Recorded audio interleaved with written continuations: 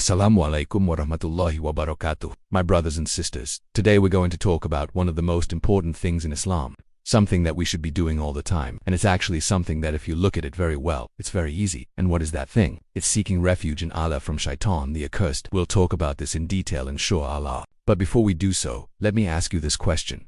When's the last time you sought refuge in Allah from Shaytan? How many times have you sought refuge in Allah from Shaytan today?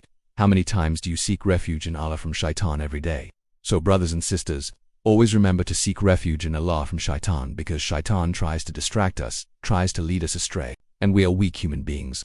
We need the help of Allah, and Allah has given us this supplication, this prayer to seek refuge in Him. So let us get into the topic and find out more about this prayer, and why we actually saying it and when we should be saying it. Now brothers and sisters, before we get into the meaning of the prayer, I want to mention this point. In Islam, we have certain things that we should always hold on to, and those are the characteristics of a believer. If you look at the Quran and you read it, you will see these characteristics mentioned for a believer. So, for example, the first thing that comes to mind is Iman, which is faith. The second thing is Islam, which is submission to Allah. The third one is Ihsan, which is doing good deeds, being excellent in your deeds, not just doing the bare minimum, but actually doing more than that. Another characteristic of a believer is Hubba, which is love, the love of Allah, the love of the Prophet sallallahu alaihi wasallam. Another characteristic is Shul, which means being preoccupied with something. So what is a believer preoccupied with? He or she is preoccupied with earning the pleasure of Allah. And then there's also Tawakkul, which is putting your trust in Allah. There's also Sabr, which is patience. There's also Shukr, which is gratitude. And then there's also Mutahara, which is cleanliness. All of these are characteristics of a believer. And when you look at them, you will notice that they are all abstract things. However, we have been given very clear signs of how to perform an action, right? So for example, when it comes to prayer, you know exactly what to do, you know how to do it, you know where to do it, you know when to do it, so it's very clear. However, when it comes to those abstract points that I just mentioned, you won't really find a specific instruction on how to do it. So you need to use your mind, you need to reflect, and you need to understand how to apply it in your life.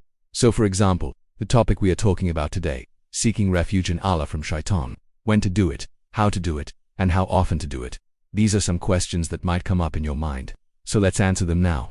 Now brothers and sisters, when's the best time to seek refuge in Allah from Shaytan? Well, it's actually not just one time, but many times. So for example, when you wake up, it's a great time to seek refuge in Allah from Shaytan, because we do want to know what happened in our dreams. We don't know if Shaytan recorded anything in our dreams, so it's better to seek refuge in Allah. The same thing when you enter your house, you seek refuge in Allah from Shaytan, because you don't know what happened while you were away. So it's better to seek refuge in Allah. The same thing when you eat. Before you eat, it's better to seek refuge in Allah from Shaytan. Why? Because we've been taught to do so. And it's not just us. Even the animals that Allah created, like camels, for example, when they eat, they actually raise their head up to the sky and they seek refuge in Allah from Shaytan, because Shaytan hates food, and he doesn't want you to enjoy that food.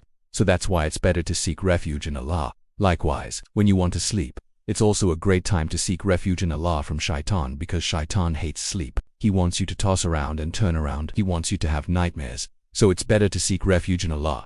So these are just some examples, brothers and sisters. You can actually seek refuge in Allah from Shaytan anytime you want. Why? Because Shaytan is always there trying to distract us, trying to lead us astray, and we are weak human beings. We need the help of Allah. So therefore, always remember to seek refuge in Allah from Shaytan. The next question is, how do you seek refuge in Allah from Shaytan? Well, we've been taught a specific dua, a specific prayer to seek refuge in Allah from Shaytan. And what is that prayer? It's actually very simple. It says, I seek refuge in Allah from Shaytan the accursed. That's the prayer, that's the dua. That's all you have to say. And when you say it, you make sure that you mean it. You believe in it. You actually feel it inside your heart, because that's what's going to drive Shaytan away. If you just say it mechanically without believing in it, without feeling it, then it's not going to work.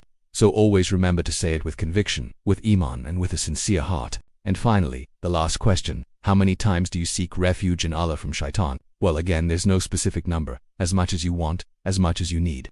For example, in the morning you can say it once, you can say it 10 times, you can say it 100 times, it doesn't matter. As long as you're seeking refuge in Allah from Shaytan, then it's good. So brothers and sisters, always remember to seek refuge in Allah from Shaytan.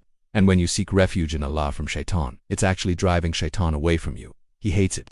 And if you keep doing it, he will eventually leave you alone. So it's a great thing to do, it's a great habit to acquire. Make sure that you do it. Teach your children to do it. Teach your family members to do it. And may Allah Almighty grant us ease. And with that, we come to the end of this lesson. I hope that you found it beneficial. I hope that you enjoyed it, and I hope that you will apply what you learned. So always remember to seek refuge in Allah from Shaytan, and may Allah make it easy for us. Assalamu alaikum wa rahmatullahi wa barakatuh.